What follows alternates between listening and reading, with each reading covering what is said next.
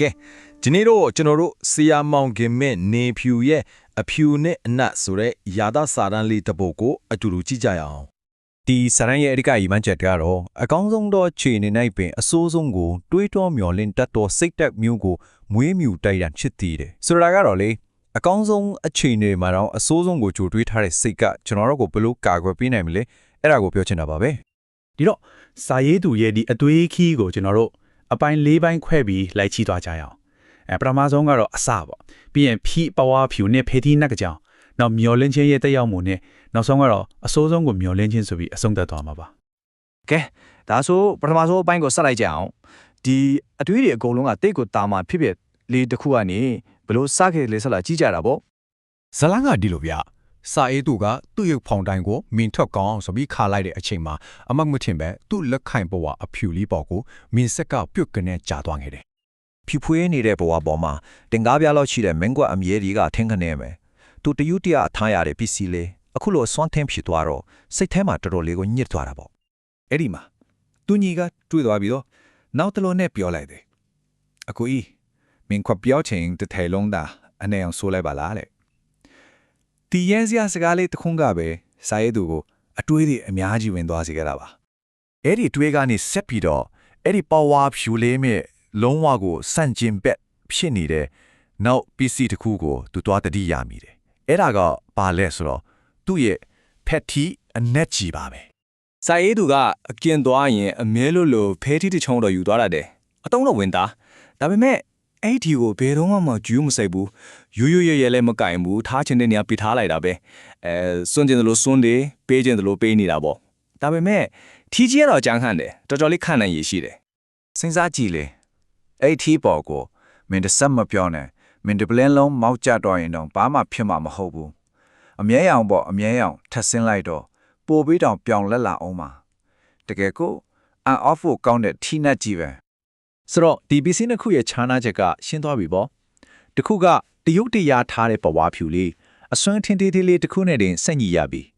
နောက်တစ်ခုကတော့ပစ္စလက်ခတ်ထားတဲ့ထီနက်ကြီးဘာစွမ်းထင်းမှဂရုစိုက်ရမယ်လို့ဘူးအကျန်းခံတယ်အခုစာရေးသူကဒီပေါ်ဖြူနဲ့ထီနက်ရင်သဘောတရားကိုလူတွေရဲ့စိတ်ခံစားချက်မျှော်လင့်ချက်တွေနဲ့ဘလို့ဆက်လို့ရလဲဆိုတာကိုဇလန်းနှစ်ပုတ်နဲ့ရှင်းပြထားပါတယ်ပထမဆုံးဇလန်းကစာရေးသူရဲ့အတော်ကြောင့်ပါဒီနေ့မှာသူ့တော့အသေးအတန်မမာဘူးဆိုတဲ့စာတစ်စောင်ရောက်လာတယ်သူ့တော့ကနာရရှိလူမမာဆိုပေမဲ့အသေးအတန်ဆိုတဲ့စကားလုံးကိုကြားလိုက်တာနဲ့သူ့စစ်ထဲမှာတီတော့မှာပဲဆိုပြီးတန်းတွေးလိုက်မိတယ်အဲ့ဒီအတွေးနဲ့အတူမျက်ရည်တွေကလည်းကျလာရောသိမကြပါဘူးသူ့တော့တကယ်ပဲကွယ်လွန်သွားပြီဆိုတဲ့ဒုတိယစာတစ်စောင်ထပ်ရောက်လာခဲ့တယ်ဒါမဲ့ထူးဆန်းတဲ့တစ်ခုကတကယ်တရင်ဆိုးကိုကြားတဲ့အချိန်မှာသူထင်တယ်လို့ဝမ်းမနေတော့ဘူးဘာကြောင့်လဲအဖြေကရှင်းရှင်းလေးပါသူကအစုံစုံကိုကြိုတွေးပြီးဝမ်းနေမှုကိုအရင်စောပြီးခံစားလိုက်ရပြီလေဆိုတော့တကယ်တမ်းဖြစ်လာတဲ့ခါမှာသူ့ရဲ့နာကျင်မှုကအများကြီးတက်တာနေခဲ့တာပေါ့ကဲအခုတစ်ခါကျတော့ဒီဇလန်နဲ့လုံးဝကိုပြောင်းပြန်ဖြစ်တဲ့နောက်ဇလန်တစ်ပုဒ်ကိုချိကြရအောင်ဒါကတော့စာရေးသူရဲ့သူငယ်ချင်းတယောက်ကြောင့်ပါသူကတက္ကသိုလ်ဝန်ထမ်းစာမေးပွဲကိုနယ်မြို့တစ်မြို့မှာတွားဖြေခဲ့တယ်သူကစာမေးပွဲကိုကျွန်တော်လေးဖြေနိုင်ခဲ့ပုံရတယ်အဲအကြောင်းသူကငါတော့အောင်မတေးချတယ်ဆိုပြီးတော့တထိတ်ချကိုယုံကြည်ကြခဲ့တာရန်ကုန်တက္ကသိုလ်ရောက်ရင်ပဲဘာသာရက်တွေယူမယ်ဆိုတာကအစကြိုပြီးတော့စိတ်ကူးရင်ထားခဲ့တာဒါပေမဲ့ကန်ဆိုချင်တော့တကယ်အောင်စာရင်ထလာတဲ့အခါမှာသူ့နာမည်ကပါမလာခဲ့ဘူးညော်လန့်ချက်ကအရာကြီးခဲတော့လေတကယ်တမ်းမှဖြစ်မလာတဲ့အခါမှာ तू ခန္ဓာရင်မရှိတော့ဘူးယူမတတ်ကိုခံစားရပြီးမအိမ်နိုင်မစားနိုင်တဲ့လူကလောဝကိုပြိုလဲသွားခဲ့ရတာပေါ့ကဲဒီဇလန်နှစ်ပုဒ်ကိုဖြတ်ပြီးပြီဆိုတော့အဲ့ဒီကတဲ့သင်ခန်းစာတွေကိုခြေခံပြီးစာရေးသူကဘလို့အတွေးခေါ်မျိုးနဲ့နှီးကုန်းချုပ်လိုက်တယ်လဲဆိုတာကိုနောက်ဆုံးအပိုင်းမှာဆက်ပြီးကြည့်လိုက်ကြရအောင်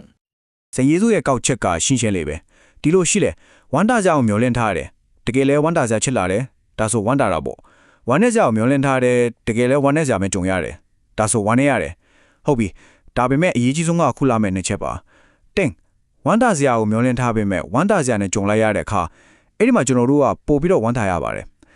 ်ပြောမယ့်အနေနဲ့ဝမ်းတာစရာကိုမျောလင့်ထားပြီးမှဝမ်းနဲ့စရာနဲ့တိုးရခါကျတော့အဲ့ဒါကပို့ပြီးတော့ဝမ်းနဲ့ရတယ်အနာကျင်ရဆုံးအချိန်တွေကအဲ့ဒါပဲတကယ်တော့လေဝမ်းတာရာရောဝမ်းနေတာရောနှစ်ခုလုံးကလူကိုတုံလို့စေတာရှိပဲဒါပေမဲ့ဝမ်းနေမှုကြောင့်ဖြစ်ရတဲ့တုံလို့ချီမျိုးကိုတော့ဘယ်သူမှမခံစားခြင်းကြဘူးလေ အဲဒါကြောင့်ပဲလူတဘာဝရဲ့ဟာဝန်တာစရာကိုပဲကြိုပြီးမျှော်လင့်ထားရကြတာပေါ့ ဒီတော့ရှင်းသွားပြီးဝိုင်းနာစရာကိုပဲမျောလင့်တတ်တဲ့သူကနုနဲ့တဲ့ဘဝဖြူလေးကိုကင်ထားတဲ့သူနဲ့တူတယ်အစုံအထင်သေးသေးလေးတစ်ခုကတော့သူ့ကိုအကြီးကျယ်တုံ့လွှတ်သွားစေနိုင်တယ်အစိုးဆုံးကိုကြိုတင်မျောလင့်တတ်တဲ့သူကြတော့ဖဲသီးအနံ့ကင်ထားတဲ့သူနဲ့တူတယ်ဘယ်လိုမုန်တိုင်းတိုက်တိုက်ဘယ်လိုအညစ်အကြေးဆွန်းဆွန်းအလုံးကိုရင်ဆိုင်ဖို့အသင့်ဖြစ်နေတဲ့သူမျိုးပေါ့ ဒါကြောင့်မို့လို့စာရေးသူကအကြံပေးချင်တာကအကောင်းဆုံးသောခြေနေနိုင်ပြင်စိုးဆုံးကိုတွေးတော်မျောလင့်တတ်သောစိတ်သက်မျိုးမွေးမျိုးနိုင်ရအားထုတ်ရအောင်မေးဆိုတာပါပဲ အစွန်းသက်မှာတော့စာရေးသူကသူ့ဘဝအတွက်ဆုံးဖြတ်ချက်တစ်ခုကိုခိုင်ခိုင်မာမာချလိုက်ပါတယ်အဲ့ဒါကတော့ငါဘဝတစ်လျှောက်လုံးမှာဝမ်းနေချင်းကြောင့်ဖြစ်တဲ့တုံလုံးမှုမပြင်းထန်ရလေအောင်အစိုးဆုံးကိုကြိုတင်မျှော်လင့်တတ်အောင်ကျင့်ကြံနေထိုင်သွားမယ်ဆိုတာပါပဲ